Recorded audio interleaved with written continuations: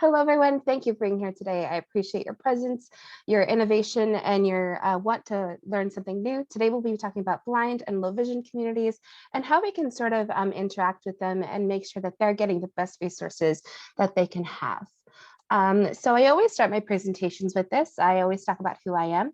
Hello, for everyone that doesn't know me. My name is Ruth Delpino. I'm a prevention educator at the Mercer Council for Alcoholism and Drug Addiction.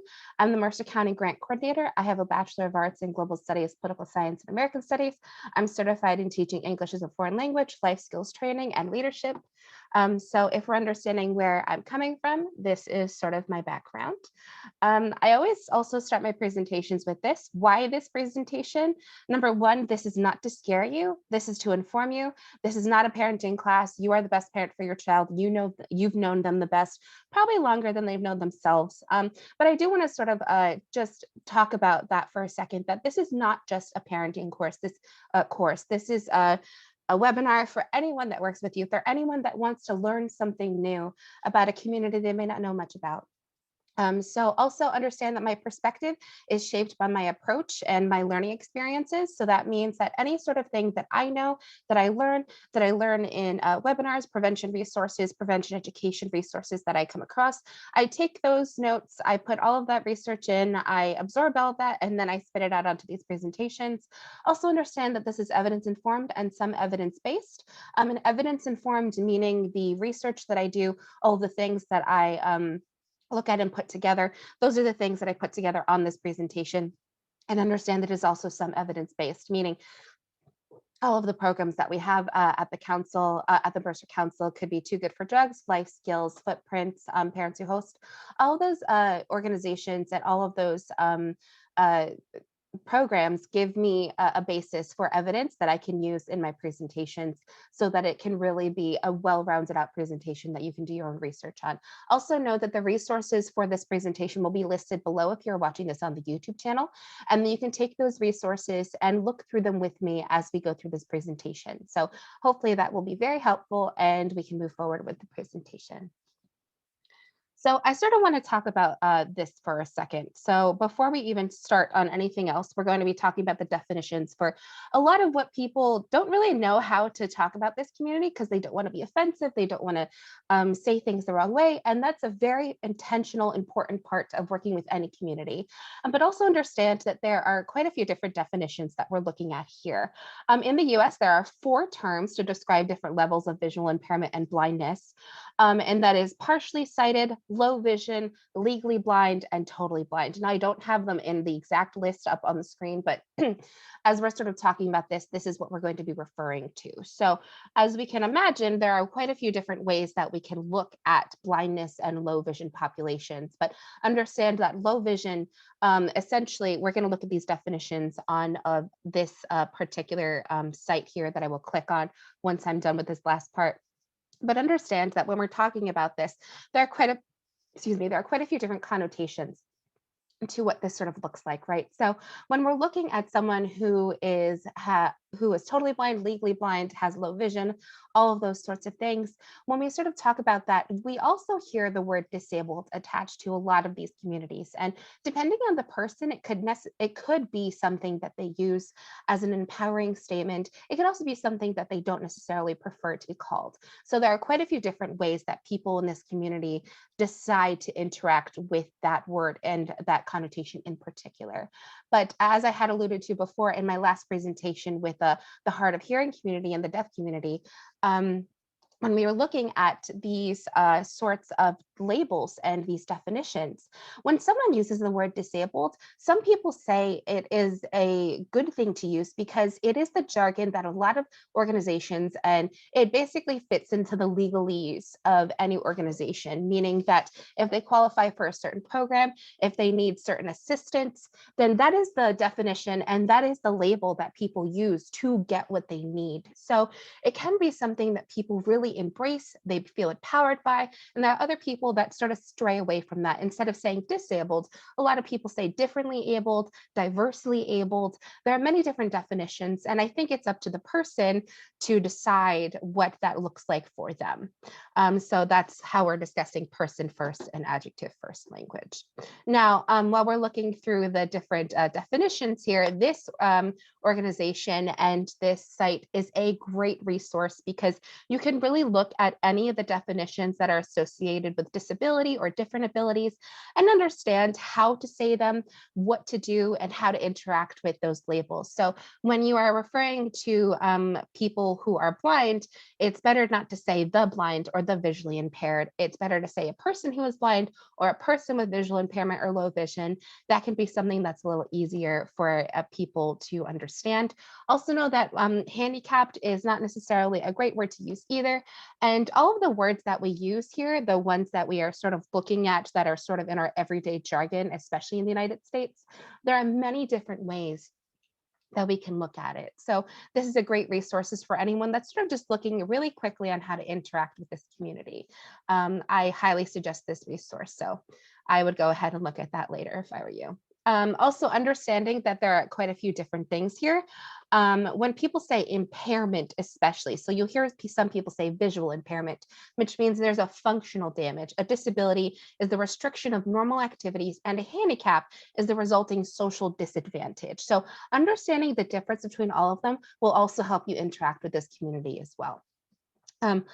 Oh, we have somebody else. My apologies. Just making sure. And if you have any questions, you can definitely put them in the chat. You can look through them as we go forward. Also understand that there are different levels to blindness. So if it's low vision, that essentially means someone may have some visibility. It may look different to a lot of different people. And there are definitely different ways that you can sort of look at it. There are a lot of numbers that health experts look at, but really for our purposes today, we're just going to sort of put it on a scale here. So there's low vision, there's partially sighted, there's totally blind, and then legally blind. Oh, sorry, legally blind, then totally blind. So it sort of goes from the least amount of vision to the most amount of vision. And understanding that as we move forward will definitely be helpful when we refer to all these sorts of things. Here we go. So substance use disorders, we're sort of going to talk about it because I feel like it's sort of something that a lot of people assume people with disabilities or people with different abilities don't have these sorts of feelings or these sorts of urges to, placate their hurt. But understand that substance use disorders happens in every community, in every part of the world. And for us to understand this is really important, that just because someone has a certain identity or a certain way of life, that doesn't mean that they're not prone to a substance use disorder. And understand also, I just want to make clarifications that substance use disorders and addiction are different things, and that an addiction is the last stage of a substance use disorder where your body is addicted to a substance, versus a substance use disorder where there are many points of intervention in between, and including addiction. So understand that as we're moving forward as well. I'm going to be playing this video just because I feel that it is definitely something that we can look at, we can discuss, and that we can understand. It's only about a minute long. So this was a very interesting study.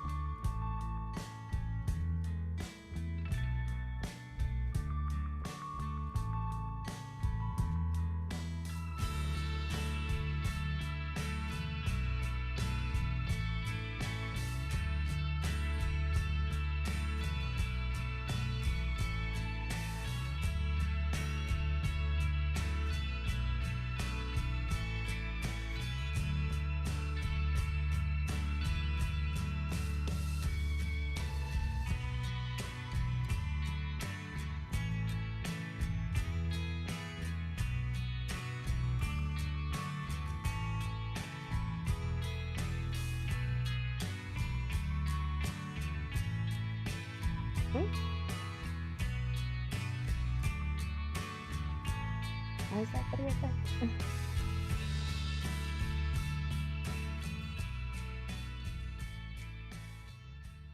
Okay, so I apologize for the last part. It sort of covered the last words up, but what essentially it said was that 3%, or sorry, 2% of people who are in the community of disabilities are likely to use heroin versus the 1% worldwide, basis the 1% baseline. So they're sort of looking through this, understand that having a disability of any sort, having something that shapes the way you interact with the world differently, does affect the way that you use, the way that you sort of use your coping skills and things like that. So understanding that is important. And now we're sort of going to look at the quite a few different studies, but one in particular that I found really interesting was that according to the journal Disability World, people with disabilities like blindness or other forms of visual impairment can be 2 to 4 times more likely to develop a substance use disorder.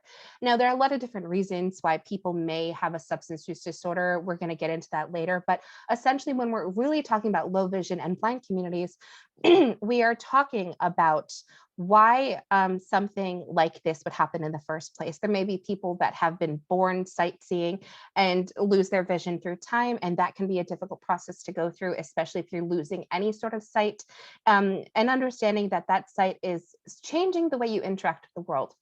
It doesn't take away things necessarily, but it does change the way you interact with the world. And coming to that adjustment, coming to that change can be very difficult for some people. And that is why the substance use disorder rate may be so high.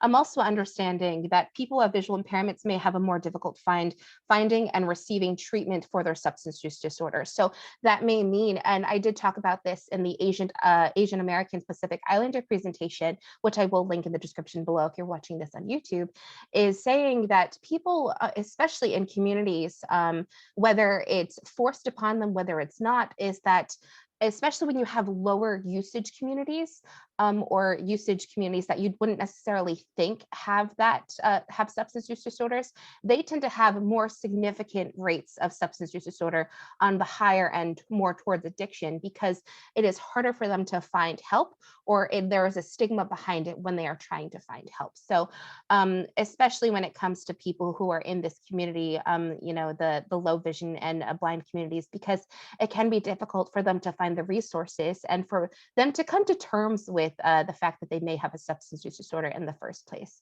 So also understand that a lot of the time when people are talking about low vision and blind communities, they may also integrate and have that discussion holistically with hard of hearing and deaf communities. And that doesn't necessarily mean it's a bad thing, because both may have similar ways of adjusting the social environments for those two populations, but also understanding that these two populations experience realities very differently, and that grouping them together may not always be conducive to giving them the treatments that they need.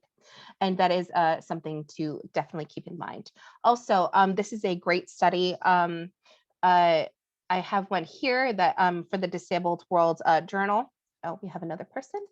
The Disabled World Journal publishes that people who suffer from disabilities are 2 to 4 times more likely to struggle with substance abuse, and 40 to 50% of those with vision impairments may be classified as heavy drinkers. So we also know that sometimes there are certain drugs of choice based on the communities as well.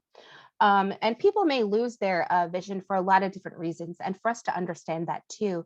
They may be involved in an accident, they may become injured, they may be a victim or a perpetrator of a crime.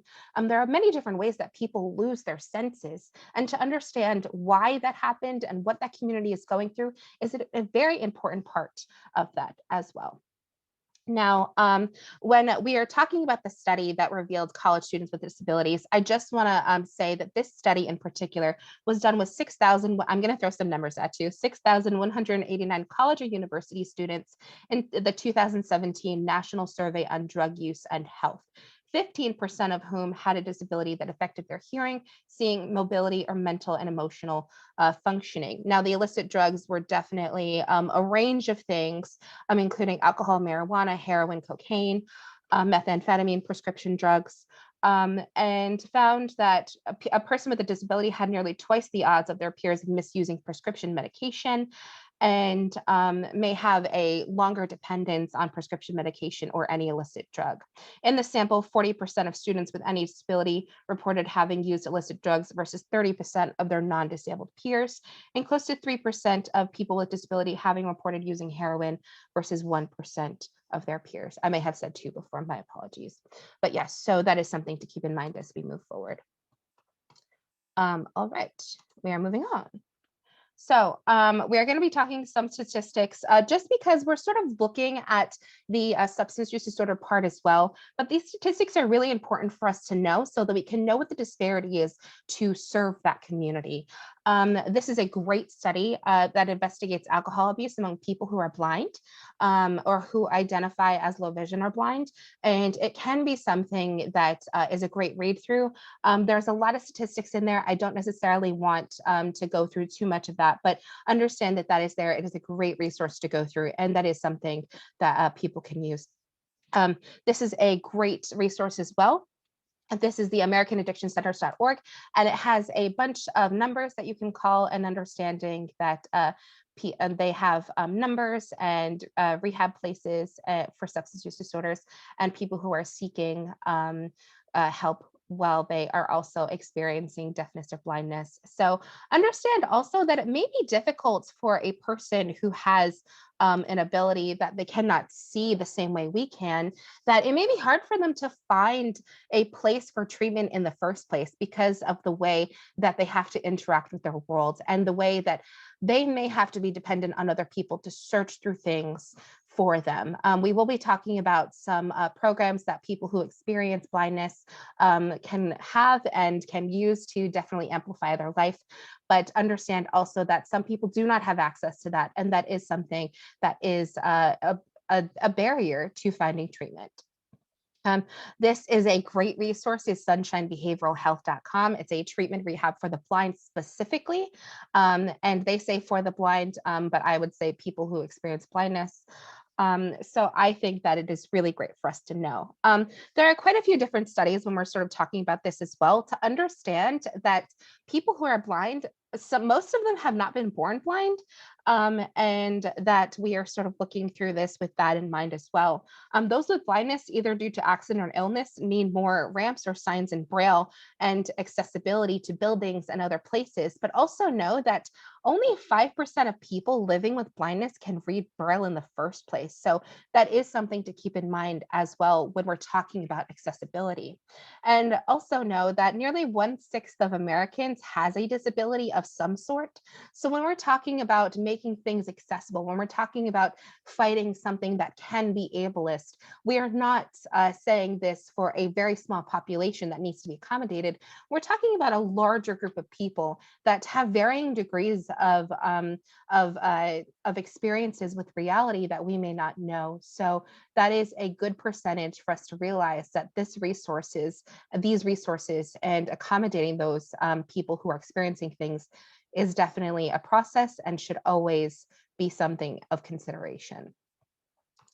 Once again, if you have any questions or concerns or are fascinated by something, you can definitely put them in the chat. So we're going to be talking about ableism for a second. And I know a lot of people may say, oh, what is ableism?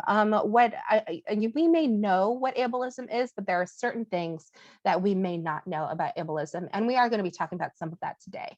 Now, there are quite a few different videos on YouTube that I wanted to put up here, but they weren't necessarily program appropriate because there were quite a few different cuss words in it. But I suggest and I highly recommend those resources and those videos to look at the way people with blindness experience the world and how they interact with ableism on an everyday basis. And some of it can be as simple as an interaction.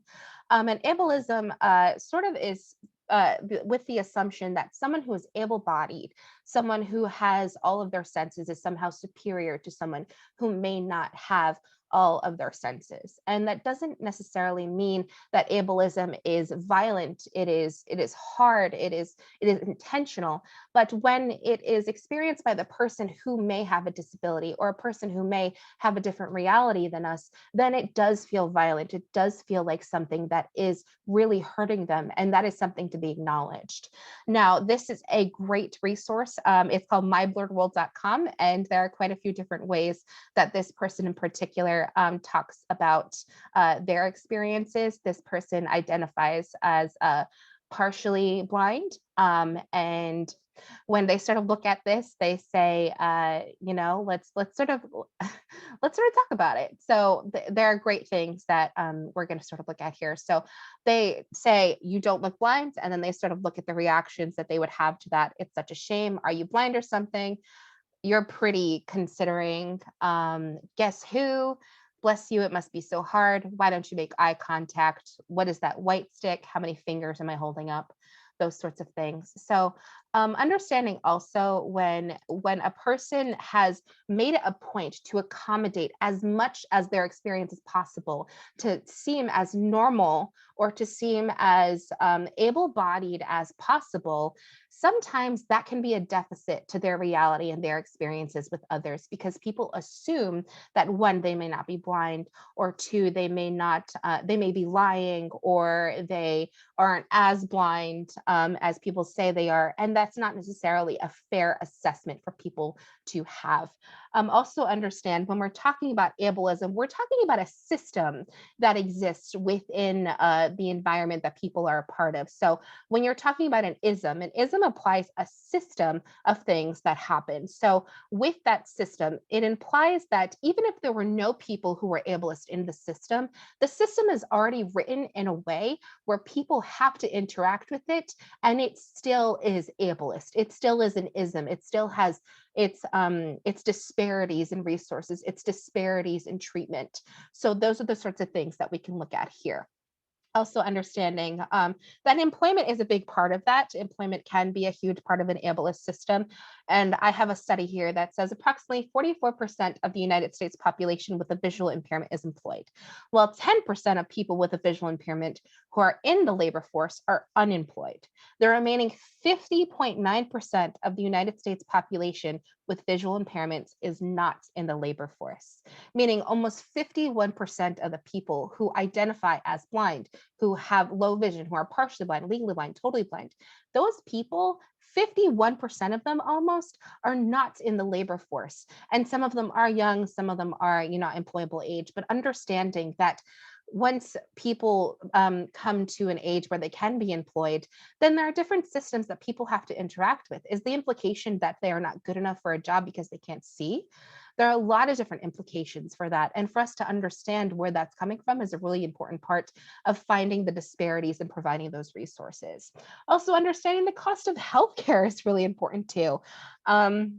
Now, I do want to talk about just simply that there are different areas that we can talk about intersectionality and resilience, but we're going to talk about that in the next slide. Right now, we're going to be talking about the economic burden of vision loss and eye disorders in the United States. Now, I don't necessarily want to say that it's a burden. I don't like the connotation of this very much at all, but just understanding numbers, just so we can understand this. It says the total economic burden of eye disorders and vision loss in the United States in 2013 was $139 billion. Now, that means a lot to a lot of different people, understanding that this community, and I think what we can use these numbers to say is that this community is so large. This community needs so many resources. This community is thriving in so many different ways that this is how much they are worth. That is a huge number. And that is something for us to keep in mind. But I don't like the sound of the economic burden. And I'm less concerned with the economic burden than I am with the individual burden, because we are talking about individuals here. So when we are talking about this, I'm going to put on another resource that I found, and it's albinismupclose.com, the blind tax. So if we're talking about the blind tax, it's essentially what they're talking about is being a person who identifies as being blind or having low vision or being partially blind. There are many different ways that people have to accommodate their reality and their living expenses and their experiences in order to interact with the world that is able-bodied. Now, there are many different ways that people do this. They have accessible computers and smartphones. They have yearly licensing subscriptions, and these licensing subscriptions are expensive, but these are the things that help people live a normal life. So there's JAWS, there's Zoom Text, there's Fusion, and this is per year. So these are a lot of things that can be difficult to sort of look through. And I mean, this is kind of expensive here. Fusion, JAWS, and Zoom Text together, $1,670. I don't know many people that have $1,670 on hand who are not necessarily working and may need other people as a source of income. Navigating the world can be difficult. So there are quite a few different ways that people use that. That this equipment is not something that is not expensive. It can be very expensive. A custom-made cane can be upwards. They said a custom care cane for around $60. You can find a lot of videos on this site about that as well. But also understanding that these medical things may not always be covered by health insurance. There may be people that don't have health insurance. There may be people that need more coverage that they don't necessarily have, just because their health insurance doesn't cover everything. And also, when people say, why don't you just get a guide dog? A guide dog could be so much easier to help you get through life. Well, understand too that guide dogs can be expensive. They range from $40,000 to $50,000 based on several sources. That doesn't mean that you just get the guide dog. It also means maintenance. The dog needs food, the dog needs shelter, the dog needs training. All of that is a very expensive tool for people who identify as being partially blind or completely blind. So there's a lot of different ways. And making everyday tasks accessible can be very expensive too. Understanding that there may be different ways that people interact with their environment, that they require certain apps or certain devices that they have to pay for out of pocket if their medical insurance doesn't cover it. So there's a lot of stuff going on there, and that doesn't mean that it's inaccessible for everyone, but it definitely means that it can be really hard for people to interact with. Also knowing that, some things can be expensive, such as labeling. They have certain, I think it's apps or like scanners that help with labels and things like that so people can navigate through their home.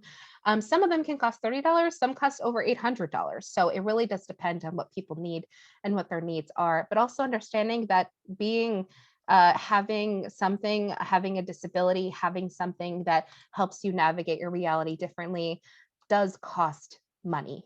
And that it is something that is really hard to deal with sometimes. Now, as we're sort of moving on from that, while we're sort of understanding the reality and the cost and the health benefits and all of that when it comes to the community who identifies as being blind, understand also that intersectionality will be a part of that.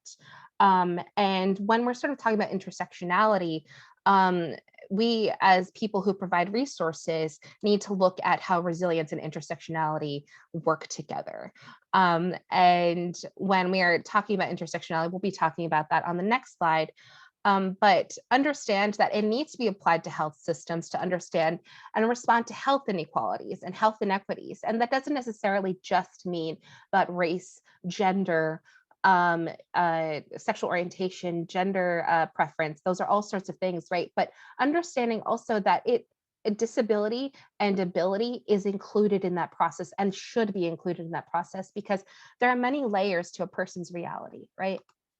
So we're going to move forward with that. Okay, so what is intersectionality? I do want to sort of talk about this for a second. This is definitely something that applies to critical race theory, but we can apply to a lot of different things and for us to understand at least what it means, right? So what is intersectionality in the first place? Well, it came from a lot of different things, but essentially, if you look here, I'm not going to click on it because it's a really long article, but it talks about this woman, Kimberly Crenshaw, who sort of noticed that in workplaces, Black women were not being promoted at the same rate that white women or Black men were. And she sort of said, what is going on here that makes it different? Because a Black woman is still a woman. A Black man is still Black. So what's going on here? What's the difference? So what she had sort of realized was that the intersectionality of being a Black woman was something that was much harder for Black women to get through and for people who identified as those labels to get through. So she basically said that it wasn't just that someone is a woman, it's also that this person may be Black, this person may be a person of color, and that ranges when that happens. And when that ranges, it understands that it's not just one reality that people have. You're not just, your gender, you're also your ethnicity, you're also your race, you're also your ability. And those are the sorts of things that intersectionality does interact with and does address. So while we are talking about people who have part of the community of disabilities, then we are talking about that as well. So understand also that we are talking about communities of color here, and there are a lot of different layers to this. So there may be maybe a person who identifies as blind, and they may be legally blind, maybe medically blind, but they may be white, and they may have accessibility to money, they may have socioeconomic status, they may have, XYZ that helps amplify their social status. And there are other people that may not have that. So all these resources and all this medical care and all this stuff, it can be state of the art. It can be very good for that person. It may shape the reality. It may give them a very fulfilling life, but also understand that that's not always the case for people who go through this. That's not always the case for people who identify as blind. And I'm going to just be talking about quickly this, just so we can understand the intersectionality here. There are two different parts that I'm going to play, so forgive me when I play it and then I have to go through to the next section, but here we go. This is a TED Talk on a Latina woman who identifies as a Latina, who also has what she calls a diverse ability. While scrolling, I checked the box for first generation Chicano Latino, woman, and my socioeconomic status. One thing I noticed though is that my ability status wasn't asked in that category. I started thinking about how schools would find out about my disability. They had to find out somehow. I need resources and guidance. I worried about how I would navigate campus and live on my own. My diverse ability, a term used to embrace talents and abilities rather than to highlight inabilities, was not recognized as a form of identity, mainly because people simply view it as an unfortunate situation that people go through. Although my other identities were accounted for because of the boxes that I checked, I realized my other identity as a person with a diverse ability was being ignored. It was in this moment when I realized that not all intersectionalities are being accounted for, and in doing so, we prevent certain people from thriving.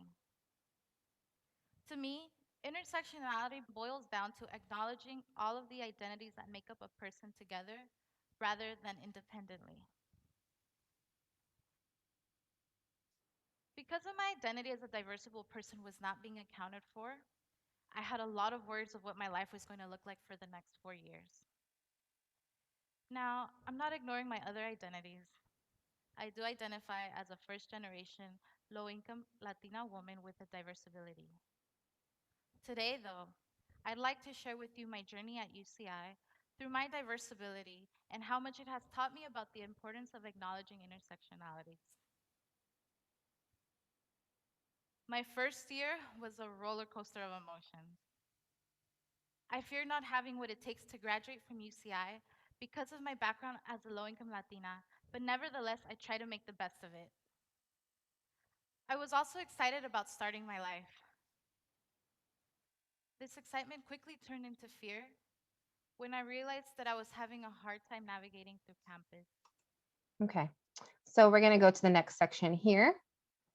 Uh, here we go. So she is talking about the ability or the ableism that she faced while she was on campus.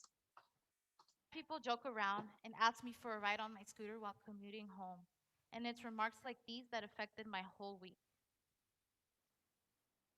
I had a very hard time pulling through that year. Before my third year even started, I had doubts of returning to UCI since I wasn't having a favorable experience. I had a hard time finding affordable and accessible housing, and when I was given my apartment, it had a 6-inch front door step, basically served as a wall for a wheelchair. Regardless of that, I made it work and I returned. The first week, while at an event at our gym, I had the pleasant experience of hearing a girl riding the elevator with me as she questioned the existence of an elevator at the gym. since, in her words, the point of the gym was to work out and take the stairs. And I guess if you can't take the stairs, you don't have the ability to work out. She said this all while she was inside of the elevator, while watching me in there with my crutch. At that point, I wonder what helped me decide to return. And I realized it was the community that I had here. It was with their help that I began to see changes on campus. Together, we worked on the bus love referendum that has increased the cart services offered by the Disability Service Center. Excuse me. Okay, so I highly suggest going to this TED Talk and watching the rest of it, because I really like the way that she sort of breaks down the ableism that she faced on her college campus, but also understand that there were many different layers to her experience. She was low income, she was Latina, she was a person of color. There were all these things that sort of got in her way. And when she finally did find affordable housing, it wasn't necessarily accessible. So there were a lot of different ways that she had to experience her life, right? So understanding that is a huge part of understanding anyone when we're talking about the community that identifies with certain disabilities. So we're going to be moving on from there. Here we go. Now, I also have another video. I know I've been showing a lot of different things today, but when we're looking at this, understanding that there are many different ways that people who are blind can interact with social media, and it's not just one way. And what I find really interesting is that there are many different blogs that talk about being blind and blogging, being someone who identifies as blind and looking through life differently. So I find that really fascinating. And here we go. So the Braille Works is a great resource for people who are looking for products, resources. You can call them at any point to help you understand the community that they're advocating for. And what's really interesting about this, and for us to understand, is that people still experience their lives the way that able-bodied people do. And according to a Facebook accessibility research report from 2016, so this is about 5 years ago, basically said that people with people with visual impairments comment and like photos on Facebook as often as people who did not have a visual disability. So understanding that people who have who identify as part of this community still use and interact with daily life. It's not something that may necessarily stop them, but it sort of does break down the accessibility of different social medias. And there is one blog that I wanted to talk about that I thought was really poignant as well. Here we go, lifeofablindgirl.com. Another great resource from someone who identifies as blind and talks about life in general. And what she does is that she talks about social media and accessibility with visual impairment. Now, when we're talking about visual impairment, not a lot of people who identify as blind may want to use that word, but this person in particular does use that word. So this person talks about the different social medias that she interacts with and how accessible they actually are. So there's Facebook, there's, oh, I don't know if it's loading or not. They also had Snapchat, Twitter, photo and video sharing, Instagram, all of that stuff, YouTube. So she talks about the different social medias that she interacts with in particular, and talks about how she goes through them and how she does that with a person who identifies with a disability. So when she talks about how she actually uses these apps, she uses a program, she also uses VoiceOver. There are many different programs and apps that people who are blind and visually impaired can use. So that's just one way that we can look at that as well. Apple has made it super easy, especially with Siri. Hey, Siri, can you look up blah, blah, blah? Hey, Siri, can you read this for me? But there are also other apps where you can learn the touchscreen prompts and then listen to it as you go through and actually comment on videos and like them the same way. So that is really interesting. A great resource for anyone that wants to understand that experience. Now, TikTok in particular, this person who is blind, I can't remember her exact name right now, but she is blowing up on TikTok for a lot of different reasons, because she answers people's questions on things that we may not necessarily be may not necessarily want to ask or know how to ask, right? But in TikTok in particular, if you just look at the hashtag blind, there are 3.5 billion views on people who identify as blind. Her name is Lucy. There we go. Her name is Lucy Edwards. And she is a phenomenon on TikTok, let me tell you. She is very interesting to watch and very funny. So these people also talk about how having a visual impairment, being blind, all of that stuff can change their day-to-day life, but they talk about it in a way that's humorous. They talk about it in a way that's human. So I think TikTok and social media in general can definitely connect people with the right resources if you stay on the right side of it. So that is super cool. And this person in particular, I just wanted to show you a couple of clips of hers because I feel that she is such an interesting character, and we can move through. She talks about picking up. All right, here we go. I don't want to look at that, but here we go. I believe I'm doing this on TikTok. And there we go. How does a blind girl chop an onion? Chefs always use their fingers anyway to guide a knife, and they don't necessarily look at the chopping board when they're chopping. And it's just the same for me. I use a serrated knife and it's very, very sharp, so I'm not going to hurt myself. Chop the sides of the onion off. It's routage. And then put that outside the chopping board. Chop a line down so then I can peel off the layers, because all onions have layers. I chop in half, like that. If the onions are flat against the chopping board, and I go with the grain, bridging my hands. How does a blind girl deal with a gas hob while she's cooking an egg? Pan in one hand, I'm going to feel along the cooker while it's cold and off. I'm going to place it in the centre where the flame would be. Let's get it centralised, have a good feel. This is a water boiler. It rattles when the water in the pan is brought up to the boil. I'm going to place it in the bottom. With the heat still off, a freshly boiled kettle, I'm just going to fill up the pan. It's boiling, yay, I can hear it. I've lowered the heat, it's now simmering and it's calmed down. I'm going to lower the eggs into the water in the chip basket. So really cool, really interesting. And I am fascinated with how she sort of interacts with her environment. And she, does everything on her own. So that's really cool to look at and to sort of understand the community more in case we have any questions that we may not be able to ask a person in our lives that identifies with this community. So I highly suggest following her on TikTok and looking at her YouTube videos. Very interesting, very poignant, and she's very real. All right, we're going to move forward. And so I sort of want to round out my presentations with a lot of different things, but I always ask, how can we help? And we always end on a quote. So this is the second to last slide that we're talking about here. And when we are talking about help, we are talking about helping in the way that we are not giving people things. We are giving them opportunities where people can take them, people cannot, and we are not saving them. We are just assisting in any way that we can. We are providing resources to them if they want it. And that is a huge difference, I think, in prevention education that we all, really try to identify with and try to encompass, that we are not giving people things, we are giving the opportunity for them to have inaccessibility, for them to have access. And understand accessibility is a huge part of this, that people that identify with this community may not know where to start. So if we are those people, if we are that person that helps them navigate a world that they are unfamiliar with, then we are doing our due diligence. Also, have diverse and interesting stories with many abilities in them.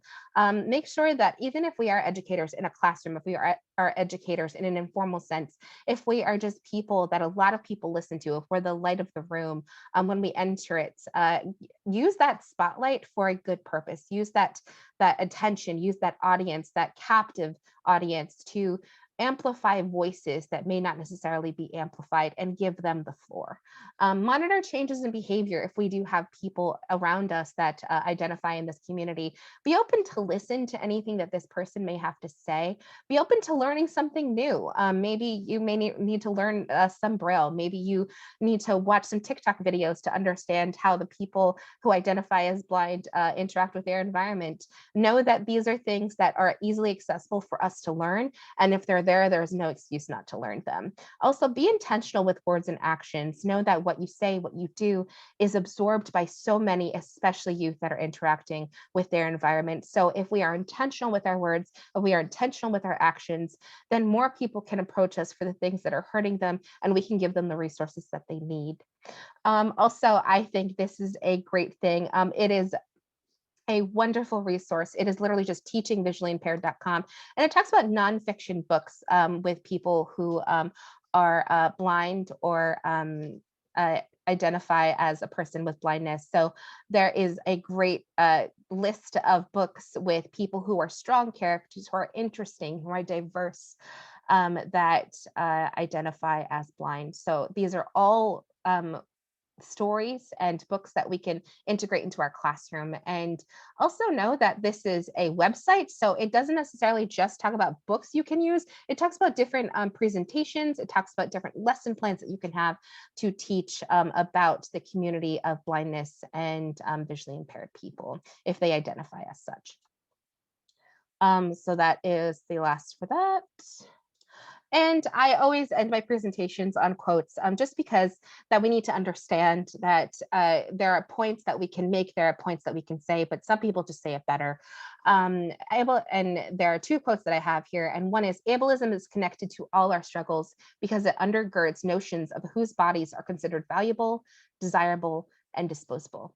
And that is by Mia Mungus. So for us to understand that ableism doesn't just affect people who identify with a disability, it affects the way we all interact. So maybe one day, if we do grow older and there are things that our body changes, if we happen to grow into the community of people who identify as disabled, then this is something that for all of us to understand, that we are all going to be at a place where we may need assistance, and ableism may be something that hurts us rather than helps us. So shaping that environment for people, for us to understand that we are all valuable, we all have value in any ability, then the world will hopefully be a more equitable place. Also, I have a next quote here that says, we must have excellence, but we must also have accessibility to that excellence. Meaning that if we give people access to things, if we are able to open up doors for people, if we are able to provide resources, those are the things that people can have. And those are the things that elevate people's lives and their experiences and helps them live a life that they really truly want to aspire to. And there should be no limitations on people's aspirations. And that is a quote by Charles Best. So thank you for being here. Thank you for wanting to learn something new. I really do appreciate all of you people here today, but also understanding that this is something that may be out of some people's comfort zones, but this is something interesting and new and something that people must learn about in order to provide resources to all different types of communities. So thank you so much. Next week, we will be talking about dealing with change. So I'm really looking forward to that. Until then, I will see you next week.